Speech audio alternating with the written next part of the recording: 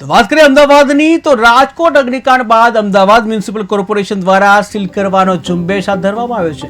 આ અંતર્ગત nursery, junior અને સિનિયર કેજીની અનેક સ્કૂલોને સીલ માર્યા બાદ હજી સુધી ખોલવામાં આવી નથી અને જેના પરિણામે વિદ્યાર્થીઓનું શિક્ષણ અને વાલીઓના પૈસા પણ દાવ પર લાગેલા છે।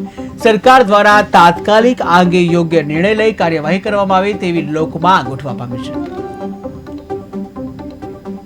કોર્પોરેશનની હદમાં આવેલી પ્રી પ્રાઇમરી, સિનિયર, જુનિયર સ્કૂલોમાં જે રેસિડેન્સી વિસ્તારોમાં ચાલે છે તેની કોર્પોરેશને સીલિંગ ઝુંબેશ ચાલુ કરેલી છે, જેના અનુસંધાને ભૂલકાઓનું શિક્ષણ અને વાલીઓના પૈસા બંને ખરાબ થાય છે અને એના માટે કોઈ પણ રાજ્ય સરકારે સત્વરે પગલાં લઈ અને આ બાબતનો નિકાલ કરવો જોઈએ।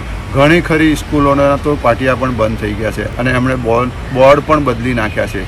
ત્યારે સરકારે સત્વરે પગલાં લઈ અને વાલીઓને ન્યાય મળે અને જેમણે પૈસા લગાડેલા છે વિદ્યાર્થીઓના ભણતર માટે એમના કે તો નાણાં પરત મળે કે પછી સીલિંગ ઝુંબેશને વચગાળાની કોઈ રાહત આપી અને એમને હાલ પૂરતી રોકવામાં આવે, કારણ કે આ નહીં થાય તો કરોડો રૂપિયા જે ફી રૂપે વાલીઓએ ચૂકવેલા છે તેનું શું અને જે વિદ્યાર્થીઓનું હદ વચ્ચે હવે ભણતર તેમનું શું, આ બધા મુદ્દાઓ સાથે સરકારે કોઈને કોઈ પગલાં લેવા જોઈએ, કારણ કે સત્ર ચાલુ થયા પછી આ પગલાં લેવામાં આવ્યા છે।